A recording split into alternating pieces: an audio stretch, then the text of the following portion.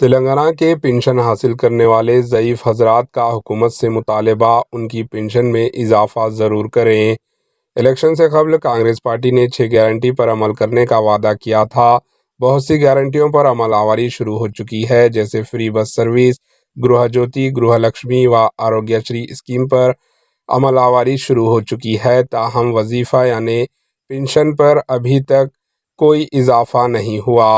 کانگریس اقتدار میں آ کر 8 ماہ مکمل ہو چکے ہیں، یہ وظیفہ یعنی پنشن 2000 سے 4000 روپے مہینہ اب تک جاری نہیں ہوا۔ ریاست تلنگانہ میں 80 لاکھ افراد یہ پنشن حاصل کر رہے ہیں۔ پڑوسی ریاست میں 4000 روپے فی کس ہر ماہ اپریل سے بقایا بھی دیا گیا۔ حکومت سے گزارش کر رہے ہیں کہ وظیفہ یاب یعنی پنشن میں اضافے کا اعلان کیا جائے۔ Bureau report, AHN news.